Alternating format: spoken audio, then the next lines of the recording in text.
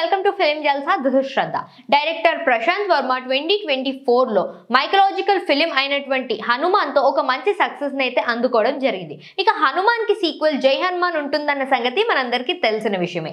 అయితే ఇప్పటి వరకు ఆ సినిమా రిలీజ్ అవ్వలేదు అని చెప్పేసి ఫ్యాన్స్ అందరూ చాలా డిసప్పాయింటింగ్ గా ఉన్నారు.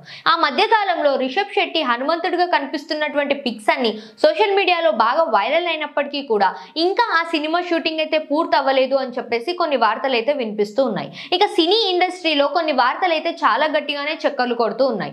జై హనుమాన్ ఇక ఈ మధ్య కాలంలో రిలీజ్ అయ్యే అవకాశాలే లేవు అని చెప్పేసి మరి కొంతమంది అనుకుంటూ ఉన్నారు. ఇక ఆ తర్వాత నందమూరి మోక్షజ్ఞాని హీరోగా ఇంట్రడ్యూస్ చేస్తూ మరొక ప్రాజెక్ట్ తో మీ ముందుకు వస్తున్నాము అని చెప్పేసి అఫీషియల్ గా అనౌన్స్ చేసినప్పటికీ కూడా ఇంకా ఆ సినిమా షూటింగ్ అయితే మొదలే అవ్వలేదు అని చెప్పేసి ప్రతి ఒక్కరు కూడా అనుకుంటూ ఉన్నారు. ఇక ఈ ప్రాజెక్ట్ కూడా చేయి జారిపోయింది అని చెప్పేసి సినీ ఇండస్ట్రీలో చాలానే వార్తలు వినిపిస్తూ ఉన్నాయి. బాలీవుడ్ స్టార్ హీరో రణ్వీర్ సింగ్ తో కూడా బ్రహ్మరాక్షస్ అని చెప్పేసి ఒక డ్రీమ్ ప్రాజెక్ట్ తో మీ ముందుకు వస్తున్నాము అని చెప్పేసి కూడా అనడం జరిగింది. ఇక ఆ ప్రాజెక్ట్ కూడా చేయి జారిపోయింది అని చెప్పేసి చాలానే వార్తలు వినిపిస్తూ ఉన్నాయి.